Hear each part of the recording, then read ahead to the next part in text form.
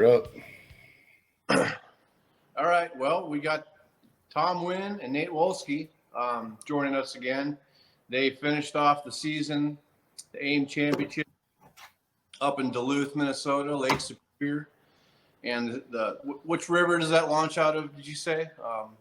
The St. Louis River out of right in Duluth there, right in downtown Duluth. So you had plenty of options to fish, and there were about how many teams were in that championship? 61 boats. All right, so lots of boats, yep. Lots of water, and once again, you guys, actually, ironically, the last two guys we talked to before that was Tom, and then also Dylan Mackey and Joe Bricko, and they were day one, day two leaders. So too bad we didn't have some sort of a bet on the line there. So,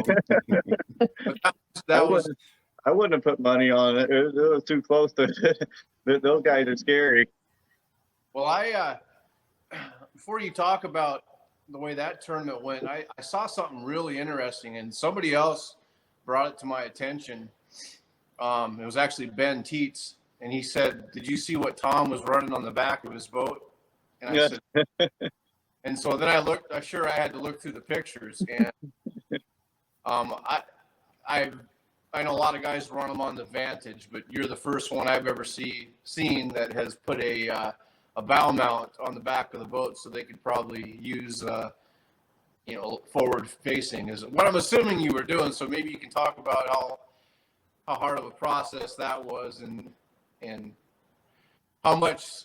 I'm sure you didn't get much flack for it because it produces, but that is definitely going against the grain, because I don't think I've ever seen anybody that actually pulled that off.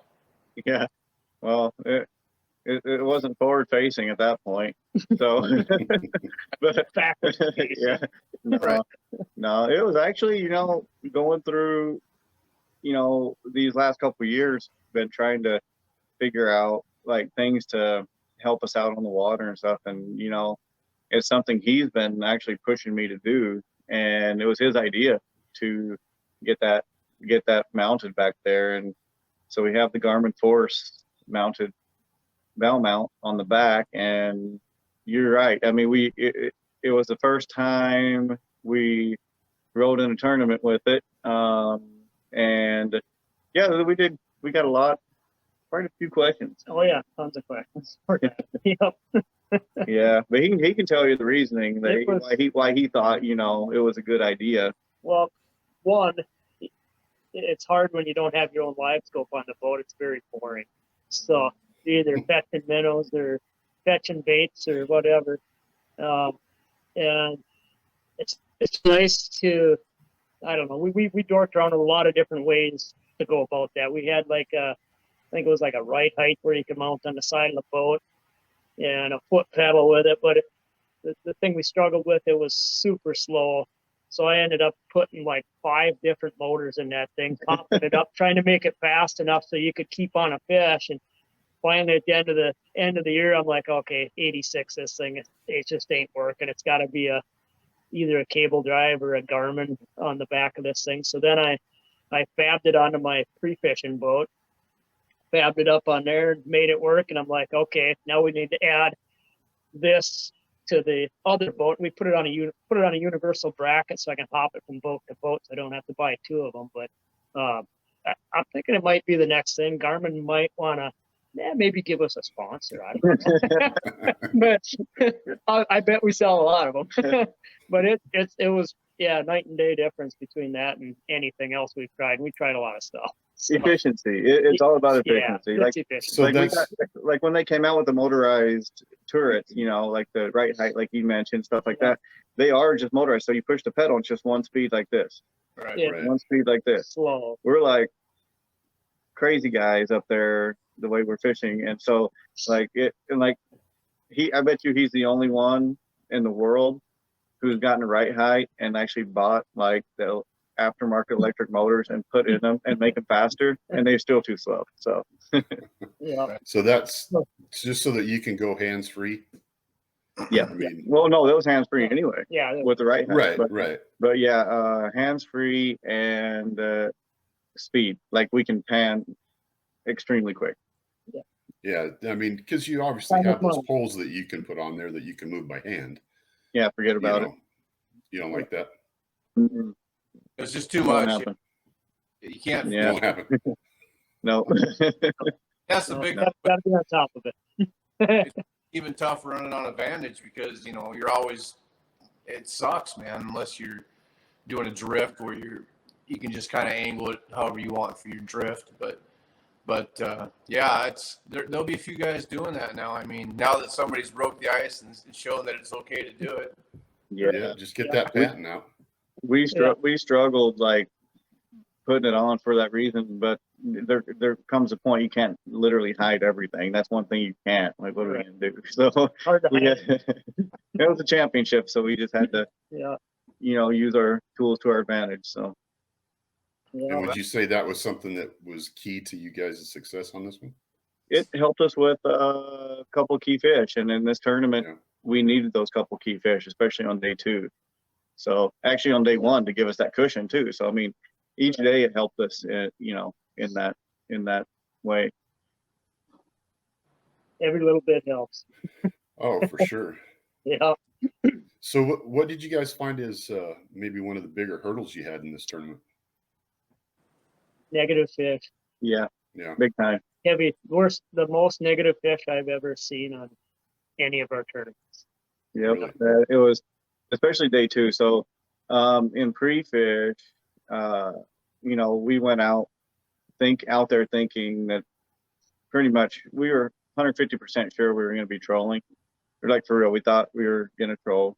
We found something last year at the very last minute over there on a particular trolling bite, and we were like, okay, we can dial this in and figure something out. But he went in with he got all this new trolling gear and stuff. Instead of all mismatched crap that we've trolled with for the past 2 years, like find stuff on the side of the road, we're like, oh, we can troll with that. Yeah. But he bought all this new stuff and all this fancy equipment to troll, and then I end up finding a casting bite, and it was just unreal, honestly. So, but yeah, during pre-fish, they were there with that northeast wind, mostly east wind. It blew in some cold water, and the Great Lakes are just a whole different beast. I mean, the water temps were fluctuating. They fluctuated, like, I think they went down like 5 or 6 degrees in that area, and that's where the fish left. But we were just we had to make sure to be consistent and efficient and make the fish bite that we saw. And on day 2, it was tough. We ended up seeing some fish toward the end of the day.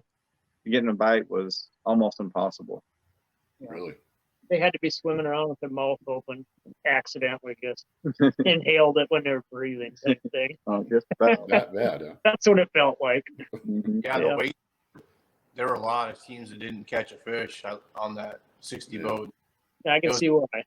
Yeah.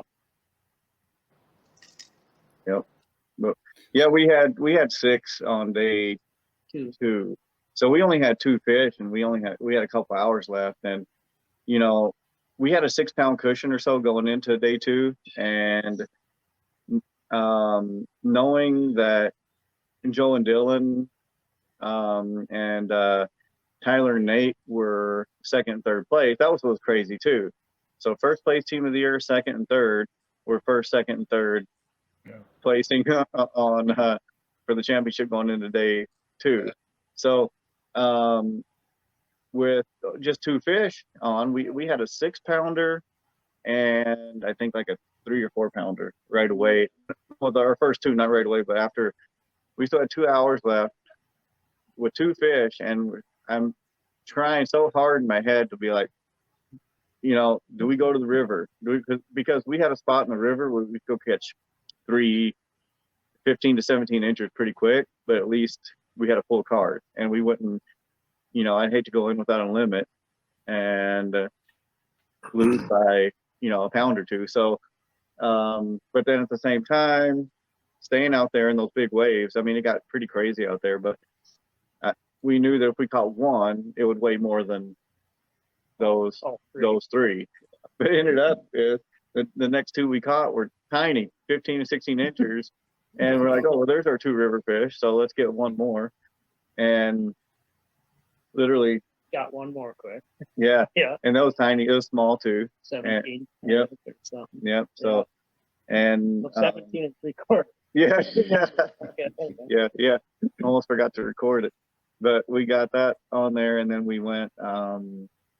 We were watching the time, and we were going to make sure we were getting back on time. The wind was picking up, the waves were crazy, and nobody was hardly out there anymore. There was quite a few people that tried to fish it out there where we were, and after about 30-40 minutes of the day, I think most of them went to the river. But I said, Nate, we got 5 fish. What's our time? He said, we're about 2 minutes past the time we agreed to go in. I'm like, all right, we got to go.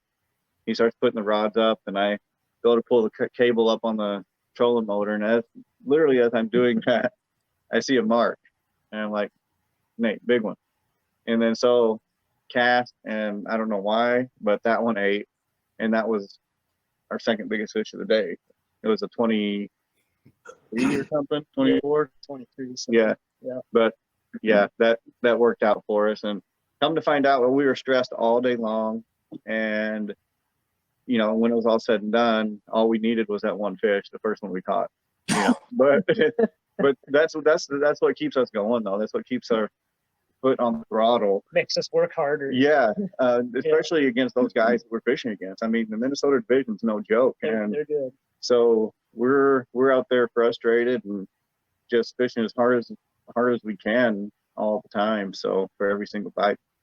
Well, yeah, you don't know what's going on with the rest of them. I mean, you got to put your limit in the boat in order to even think you might have a chance. So, yep, and especially against those guys, and just being, you know, out there, and you know, it's just us. Like on big waters like that and stuff we fish, we don't team up with any other teams out there or share information. So when it's just us and coming from, you know, being fairly new to this, that's also what keeps us going like very, very hard, is the fact that we want to compete, and we just want to keep this ball rolling as much as we can. And also in turn, you know, people are catching up. They are. I mean, the techniques are a lot similar. 2.5 years ago when we started this on Leech Lake, we were the only ones walleye fishing out of the front of the boat. It's not like that anymore, not even close. No. So, I mean, it's cool to be able to inspire and kind of, you know, be part of the change of all of this. It's pretty cool. Oh, sure. And now you're going to set a precedent and have to go find something else new, so you can keep that trend going. I know. Yeah. We might have to get into like pottery or something and see if we can change how that's done. So which one of you guys is the calm voice and which one is the stressed voice when you're out there? Depends on the moment. It flips either way. Yeah. I think we're very equal as far as temperament goes. So, like, there's times when like he will, for example, like, we had a day this year on Vermilion, for example, and it's the first time ever in a tournament we've actually lost a fish.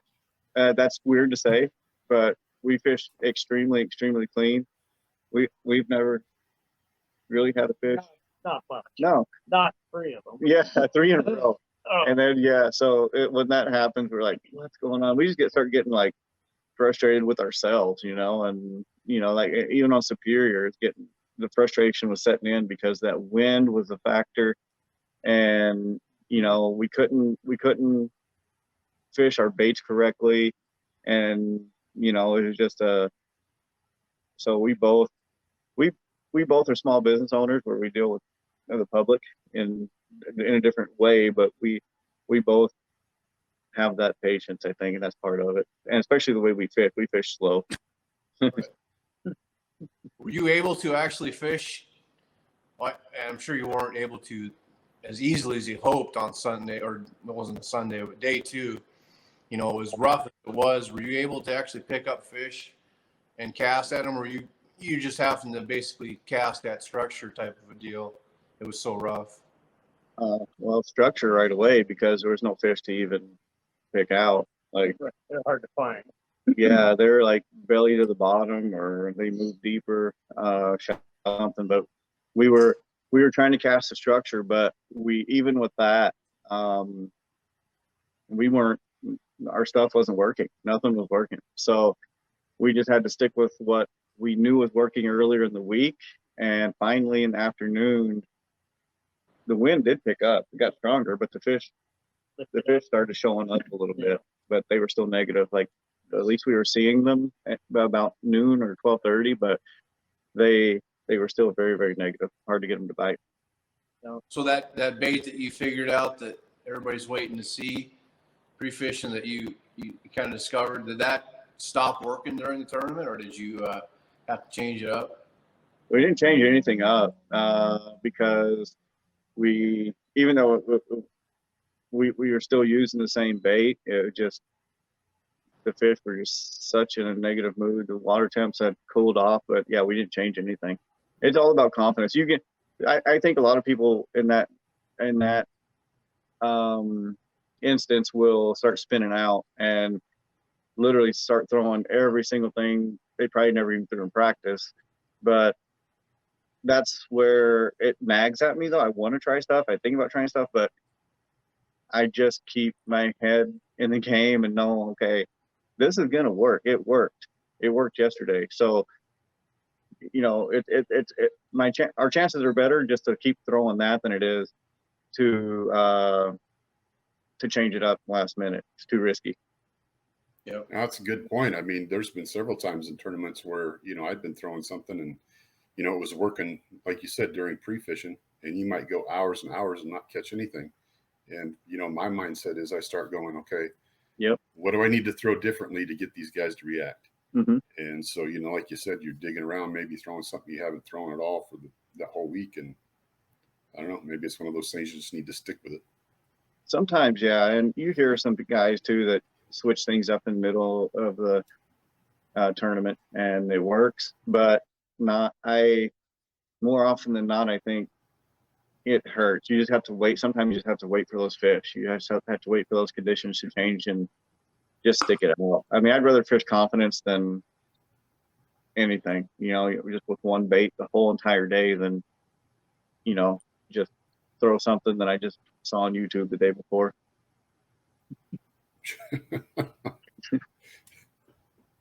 Sorry, that was good. That was funny. Well, people do it. People do it all the time. Yeah, I get you. So what's the plan now? So you guys have got to the championship. You're kicking ass in this thing. What's your plans now?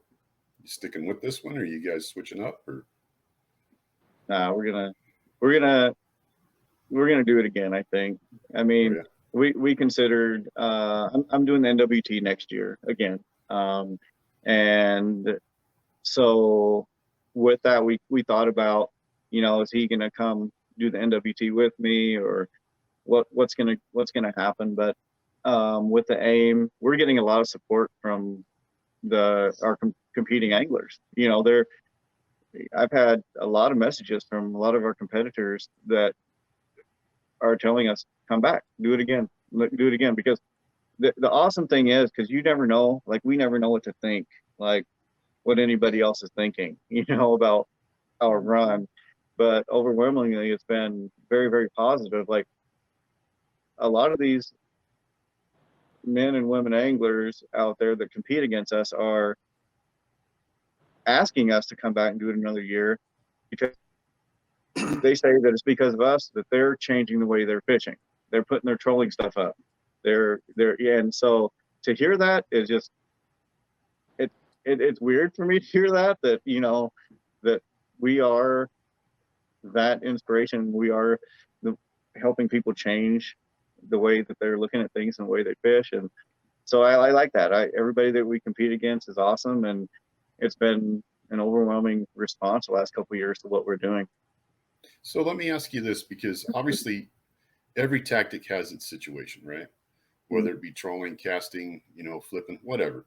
Mm-hmm. So, for a lot of years, obviously there was, trolling, spinners, or Lindy rigging, and then you got the jig and wrap bite here a few years ago where everybody was on that, and now you've got swim baits and working that situation. So at what point in time would you say that all those things have to come together to make, let's say, a complete fisherman? Well, I agree. Learning all of those tactics, trolling, and all aspects of trolling, whether it's boards, lead core, just straight behind the boat. I figure there's a name for that. And hand lining, yeah, all that. So, I have good intentions. I want to learn all that. So you're right. I mean, to learn all that and get all that down, so you just know everything. Yes, you would be a complete angler, and I'm not that. I'm not even close to that. Like my trolling. None of us are. Yeah, I need, my trolling game needs a lot of help. But at the same time, I've been to 2 places this year where it's usually trolling dominant, and Lake of the Woods last year trolling dominant, and we've reversed that, and it's hard for me to want to go pull a worm or a. It's so boring. Yeah. Well, in relation, in comparison, yeah, because we're standing up, we're making repeated cast. So what we're used to, trolling, it's hard for either one of us to sit still. I think that's also why we have businesses. Like, it's hard for us just to sit still. So it's tough, but I agree. Yeah, I need to work on being a complete angler, and I wish I would make time to try to troll, but maybe one day. Maybe one day. Yeah. It doesn't seem too necessary right now, though. I mean, look at No, it doesn't. the championship, first and second, Hoyer and Dewey casting. Mm-hmm. Rest of the field out pulling. Yeah. So I don't know if it is necessary. I mean, obviously you want to have that in your back pocket, but yep, these guys haven't needed it. Yep. Well, I guess my point is the fact that with what you guys are doing, and you guys just won this championship. And we just had John Hoyer on, and you saw what he did. Mm-hmm. He went and found his casting bite. And, yep. That just seems to be. I guess my point is that you kind of see cycles that happen. Mm-hmm. And, it'll be interesting to see, and not to say that it won't, but to see if this is something that's going to be a longevity. You know what I mean? You're right. And it might be, because once this, everybody starts doing this, because it is what's winning right now, just like largemouth bass down south, they're going to get educated. They're going to get educated with this pinging of the forward-facing sonar. They're going to get educated with being casted out with all these baits. It's just like largemouth down south, for example. Back in the 70s, 80s, the all these big bass tournaments were won with the plain old spinnerbait, and then you never heard about spinnerbaits anymore because the bass got educated. And then guess what? Just a few years ago, Rick Clunn, old school angler, went to Florida and won a big event on a spinnerbait because the bass forgot about it. So you're right. It could definitely, it's going to take a few years, but there could definitely be a change back because then these walleyes are not going to be accustomed to seeing a bunch of crankbaits and crawler harnesses. It's going to be new to them. So, right. And you don't have to use electronics with that too much. So those electronic sounds that we're seeing it already. We're seeing the reaction of some fish, especially some species of fish, that are more sensitive to that than others. Okay, that's interesting. So I want to hear more about that. He can explain it. He's the one that noticed it first, and I confirmed it. Yeah, so like get the white fish or the tulipies, fish like that. It's like their skin's more sensitive, I believe. But if you, like, I kept seeing marks on certain lakes. I'm like, God, fish are just running from my stuff, and I just couldn't figure it out. I'm like, I know they're feeling the pinging, they're scattering as soon as I run across them. I had to run across them once and just know where they were and just cast that area to even try to catch that fish. Come to find out, I just come to the conclusion it was whitefish and tulipies, and come up with that's all I could figure. And the walleyes don't usually do that too bad, So if those fish are feeling it, which they are, I've seen exactly what he's talking about, and it's just a matter of time before the walleyes do. I mean, you see the bass guys for years, they'll pull up, turn all their electronics off when they get to a spot. They're 2D and everything because of that pinging. So yeah, so it's just gonna, I got a feeling. Mm-hmm. Yeah, like your step fighter heat. They kind of didn't want to talk about it, but whenever they showed fighter casting shorelines, he had all the stuff off. Yeah, he dominated last 2 years ago now. Yeah, and he wasn't his electronics at all. Yep, that's right. Everybody else was, and he crushed. Yeah. Yeah. Did you guys notice that there was a certain distance that you could get before you would see him scatter, or? No, pretty much. Well, yeah, pretty much. Them fish pretty much didn't really matter. I'd say 40, 50 foot area, That's interesting. Yeah. Yeah, I mean, Chad's got his, I've got mine. I haven't had a chance to play with it as much, so obviously we don't have that type of bait necessarily out here, but it would be interesting to see what happens. So let's say you had a school of tulipy or whitefish swimming around. You could, as you were turning your live forward, you were seeing the fish actually swim away as the beam was hitting them. Yeah, mostly just go to the bottom, like just bury themselves at the bottom. Yeah, right to the bottom. And did you ever see fish that didn't move, and those were walleye? Yeah, yep. But they move too. I mean, it's not because of I don't know if it's because of that or just the noise, or I don't know what it is. But there are times when walleyes do spook before we can even get a bait to them. But to know whether if it's the sonar or not, I haven't played with that enough, or with because if I see a walleye, I want to catch it. So, but yeah, those. Yeah, I don't know. I just think that it is a thing. The electronic pinging, not just forward, but any of those things, they're pinging, and you can hear it whenever the boat's out of the water. You can hear it pinging. So, underwater, they're just sensitive. It's not hurting them. It's just annoying, I think. Mm-hmm. Yep. Mm-hmm. Yeah, that's just how that's going to work out here. So are you going to do anything as far as bass goes, or are you just going to stick with walleye? I will. I'm going to go back, not next year, possibly, but maybe the year after that or the year after that. So I'm going to do 1 year of the full Bass Opens to try to just 1 year. Try walleye techniques. Yeah. When Lindy rig over there. Full spinner, whatever. But no, I'm gonna give it a shot one time before, I just need to do it one more time to see if I can incorporate anything that I've learned here over there. And to qualify for the elites now, you have to fish the whole entire division now of Bassmaster Opens. You have to do all 3 divisions. I mean, you can't just do one. So that when I do that, I won't be able to do AIM. I won't be able to do NWT. So in the next 3 years or so, I think I'm going to go back and do it one more time. It's confusing how, like right now, isn't there generally around 90 guys that are in the elites every year?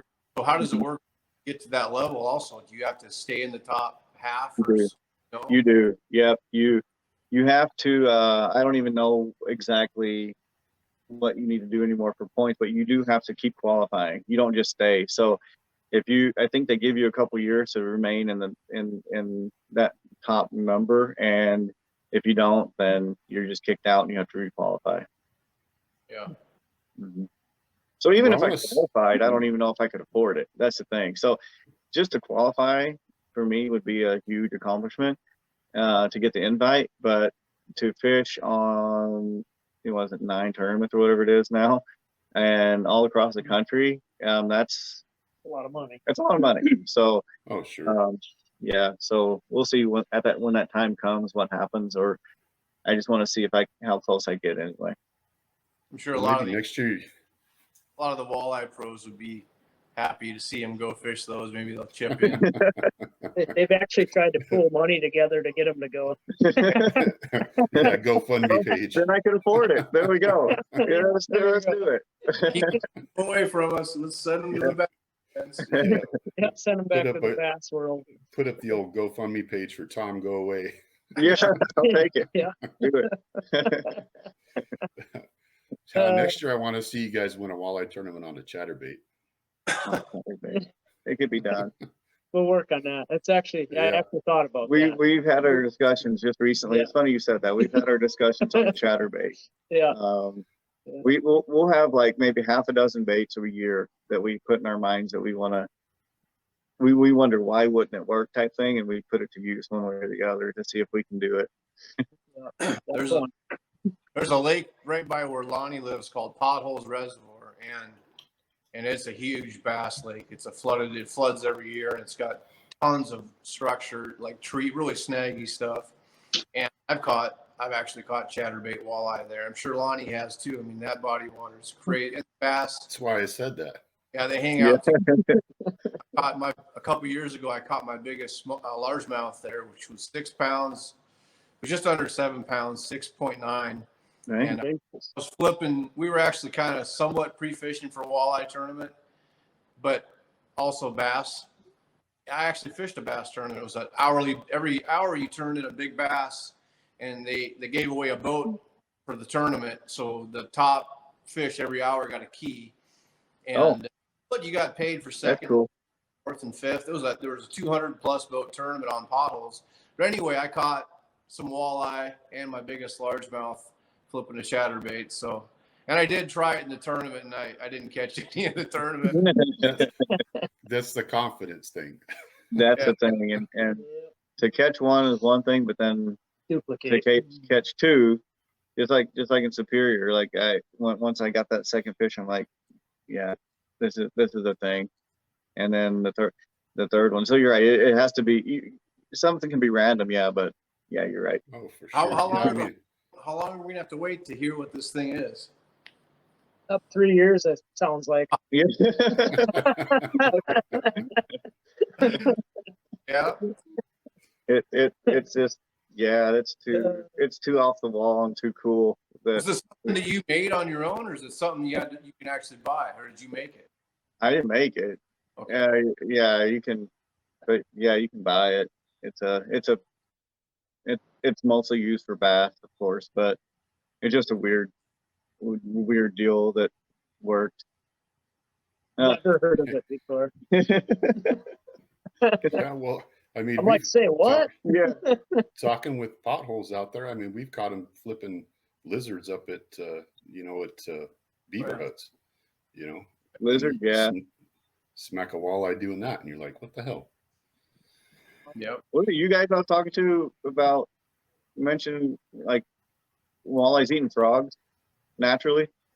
Yeah. Was it you guys? Yeah.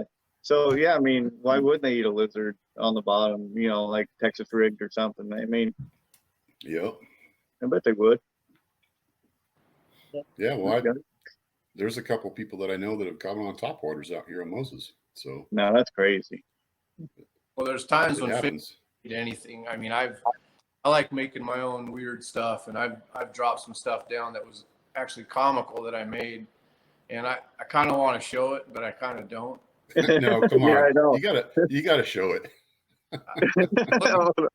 Got it hung up, so it's a little story behind that. So at some Christmas parties, they'll give away little grab bags, and you grab something. It's just a cheap toy item or whatever. So my buddy got some earrings and some other knickknacks were in his grab bags.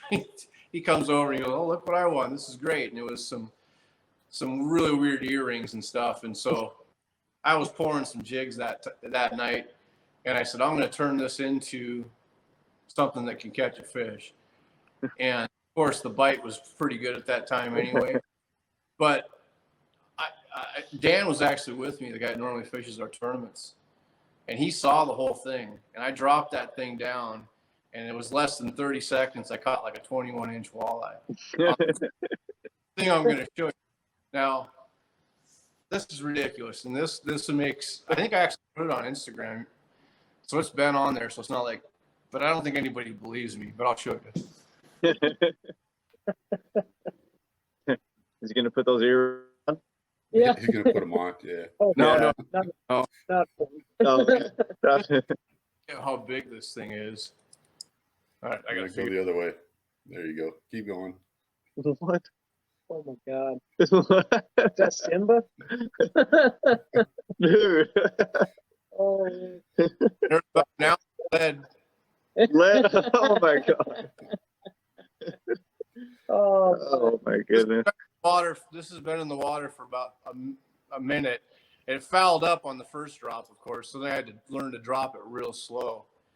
And swear to God, and this thing is pretty big, man. I mean, this is an Yeah. iPhone, Yeah. must be big. right? And That's crazy. that fish came up and absolutely smacked it. Dang. So That's pretty cool. crazy going on, but it's not that crazy. No. Yeah, No. yeah. No. Yeah. That's me too. I'll see something, and my mind is always going, what could I do with that in the fishing world? You know, Yep. it's always, so what can I do with it? What can I do different? Or what? Yeah, my mind's always going when I see goofy stuff like that. Too. Every once in a while, something works out, and there's a lot of stuff out there that people wouldn't have used 10 years ago for walleye fishing. Yeah, yeah, Now it's pretty common to find it in everybody's boats. right. Oh yeah. Yeah. Yeah.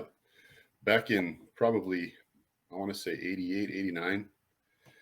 So, and this was before smile blades came out, but we used to take the medium-sized willow blades and we would bend them, drill a hole in the middle of it, put a piece of plastic tube in it, and we would use that as a spinner instead. okay. But Yeah. of course, they were a little bit heavy. Once the smile blades came out, it was like, okay, that's the ticket. But Yeah. it's just kind of interesting. Yeah. Those modifications. Yeah. Some of the best inventions are things that people have used for years, and someone's like, "Oh, maybe I should invent this." You know, find a way to make it your own or unique, and invent it. You know, but yeah, same thing. Even though it had been So- around. You're going to be upgrading a boat, aren't you? Who?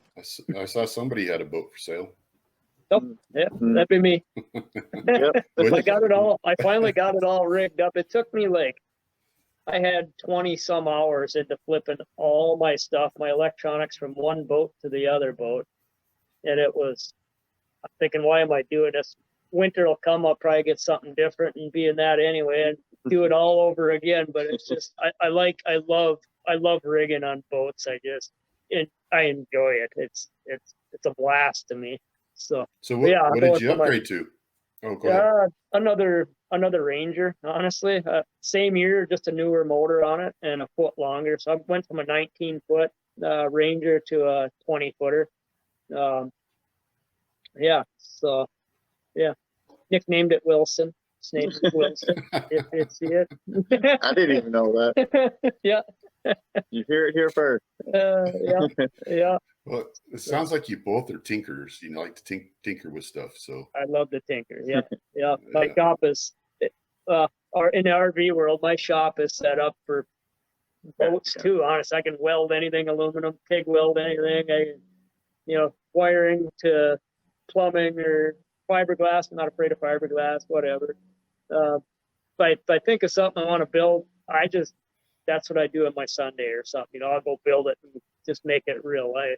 Mm-hmm. And then I can try it. So, yeah. Hey, Nate, ever seen Dave Gans's boat with the holes in the middle of the boat? No. So Dave Gans, you might not know who Dave Gans is, but he's the guy that built. He still does build the clam shelters for. Oh, okay. They're out of Well, Minnesota. Yeah. Yeah, so he actually has I'm not sure what type of boat it is, but he actually has holes in his boat so he can fish bluegills with a Vexilar straight down. And I was just wondering if That's So he has awesome.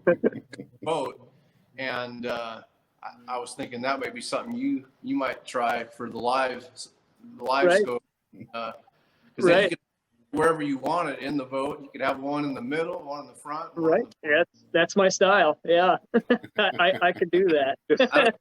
Just keep in his boat. Yeah.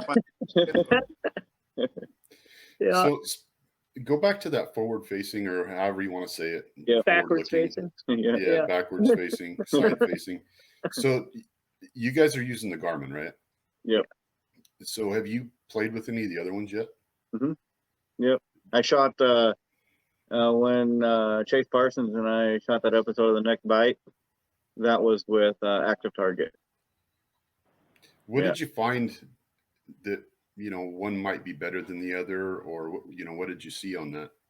Lowrance's and Hummingbirds processing is too slow.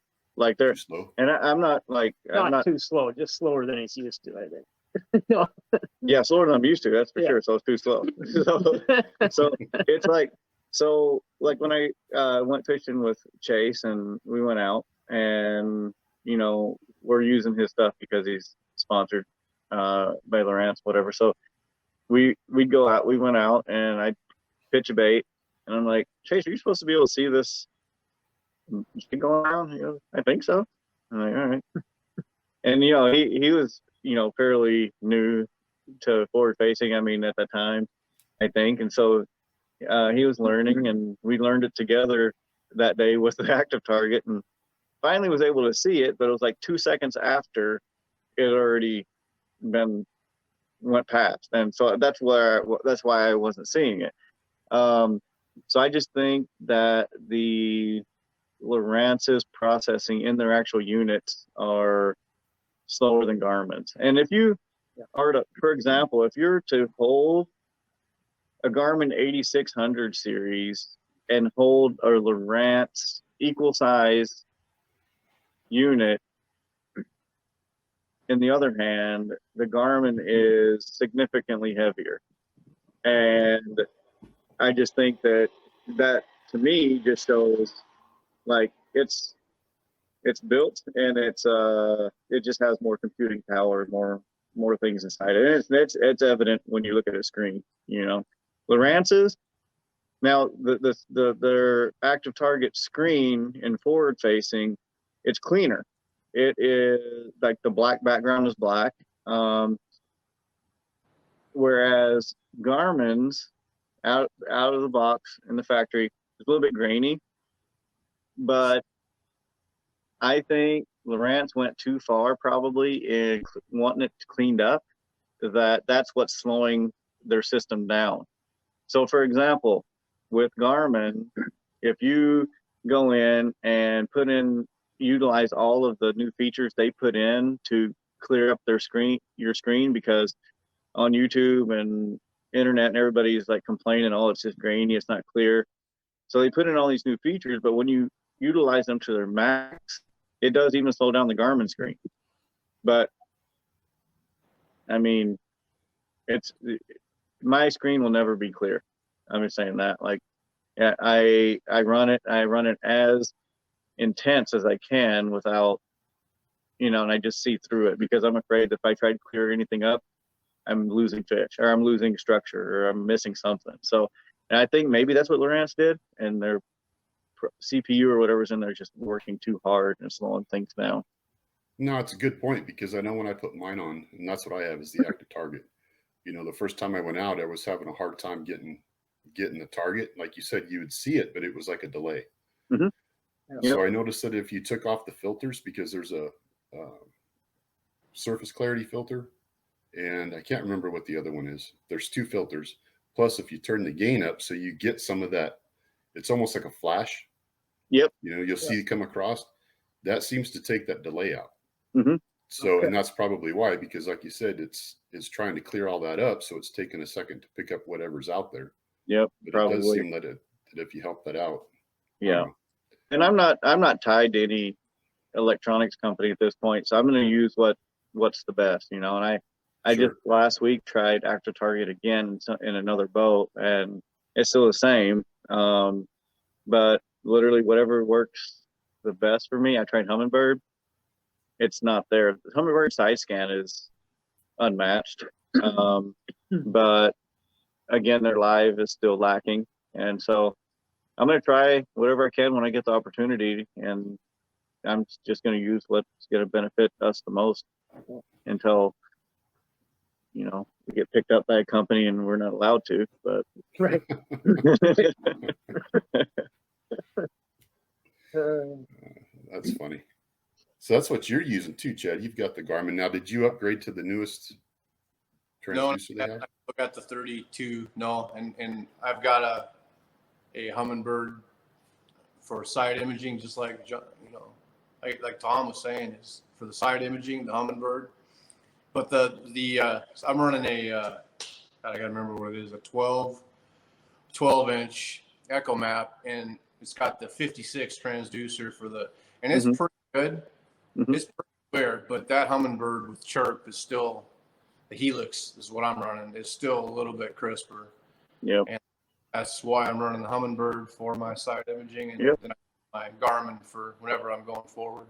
Or, you know, I use it a lot pulling 3-weight rigs. On my Vantage, I'm looking behind the boat. Even when I'm spinners, I use it all the time for pulling. And then obviously when you're doing that, you got to go a lot heavier than some people might normally do. Yeah. You try to keep it around 30, 40 feet back, but you can actually see like a 6 ounce, let's say I'm fishing the current 6 or even an 8 ounce bottom bouncer, or not bottom bouncer, but a 3-way with a crankbait. I can see it about 80, 90 feet back. So, nice. but the problem is, I think that new one's got a better bottom resolution than the 32. Yeah. But it picks up a little better, because sometimes when I'm right on bottom pulling stuff looking backwards, I'm not seeing the fish hit. But I can work it over big rocks and trees, which is basically what I'm using it for. Yeah. Really snaggy stuff. And then a lot of times you see that fish come up, but it's almost like there's maybe a 3-foot dead zone when I'm doing that. Look, if the fish is actually on bottom tight, I'm not going to see, or my crank is, I don't see it very well. Yeah. Generally, the only time I'm going to see a fish is if I'm raising it up over a tree, and then I'll see something come up. But that new one supposedly is a lot better, so I'll get it before next year. Yeah, it is more sensitive. Yeah. Now, Garmin's the one that is coming out with the new one where supposedly you can see, you know, a long ways out there, right? It's already out. Yeah, it was released a couple months ago, I think. But yeah, it's Have you more messed with for that at all? saltwater stuff. They advertise it for saltwater, but I'll definitely get one this winter so I can mess around next spring just to see. I want to see. Yeah, I figured as much. Yep. It's only money. It'll be, Yeah. well, that's great, guys. I appreciate you coming on again. Yeah. No, thanks for having us again. And it's always awesome talking to you guys. And we're going to hit up the jewelry store now after seeing what Chad just showed us. So, right. Yeah. And that catches the fish, I'll be impressed. That was just had a few drinks that night and made something. Well, And between the fab shop, the salon, and, you know, the jewelry store, I mean, you guys, shit, yeah, who knows? Who knows where this is going to go? Yeah, Yeah. we're going to be good. We'll be fine. only weird if you make it weird, I guess. Yeah. the whole I looked at Dan, I'm like, okay, no, really, why did a fish just eat this thing? Yeah, Like, exactly. Yeah. No. Honestly, he was vertical jigging a crawler, and they hit that. So that was the part where it was like, oh, what the hell? You know? Like a Chevy car hood down there with hooks on it. Right? Robert, man, I couldn't. It happened right in front of us. I'm glad that somebody was with me, because To believe it, yes, I believe it. Yeah. but it just goes to show if they want to eat, they're going to eat whatever. Yeah. Wig floating by, I guess, too. So Yeah. Yeah. Yeah. Yeah. All right. Well, hopefully we can catch up with you again maybe next year, hit a couple of events, and then we can get caught up and see where things are going. But good luck to you guys. Let's do it. Sounds good. You guys, thank you. Have a good Labor Day and everything. And yeah, talk soon. Yeah. And hey, anytime you guys want to come out this way, let us know. Okay. Might have to go up there and get some of them big ones over there in the river. Big ones, Yeah. take them. I Yeah. got casting spots, but I got way more trolling spots. I'm fine. You can teach me how to troll, and then I'll show you that bait. Yeah. Yeah. There you go. All right, guys. Have a All right, good one. guys. Take All care. right, thanks. Yeah. Have a good night.